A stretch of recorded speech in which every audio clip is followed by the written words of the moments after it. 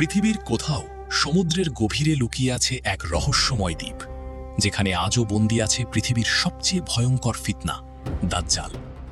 একবার ভয়ঙ্কর ঝড়ের মধ্যে পথ হারিয়ে ফেলেন কিছু সাহাবী। বিশাল ঢেউ তাদের ভাসিয়ে নিয়ে যায় এক অজানা দ্বীপে। চারদিকে ঘন অন্ধকার, নীরবতা এতটাই ভয়ঙ্কর যেন দ্বীপটা নিজেই কোনো অভিশাপ। তারা দ্বীপের ভিতরে এগোতেই হঠাৎ দেখতে পায় এক অদ্ভুত প্রাণী। পুরো শরীর লোমে ঢাকা দেখে বোঝাই যায় না মানুষ নাকি অন্য কিছু।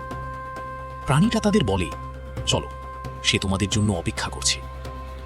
ভয়ে কাঁপতে কাঁপতে সাহাবীরা পৌঁছে এক ধ্বংসপ্রায় ঘরের সামনে। আর সেখানে তারা দেখে এক বিশাল দেহের মানুষ, হাত পা মোটা লোহার শিকলে বাঁধা, চোখে এমন ভয়ঙ্কর দৃষ্টি যেন সে শত শত বছর ধরে বন্দী। তারপর সে ধীরে ধীরে জিজ্ঞাসা করে, মুহাম্মদ কি মক্কা ছেড়েছেন?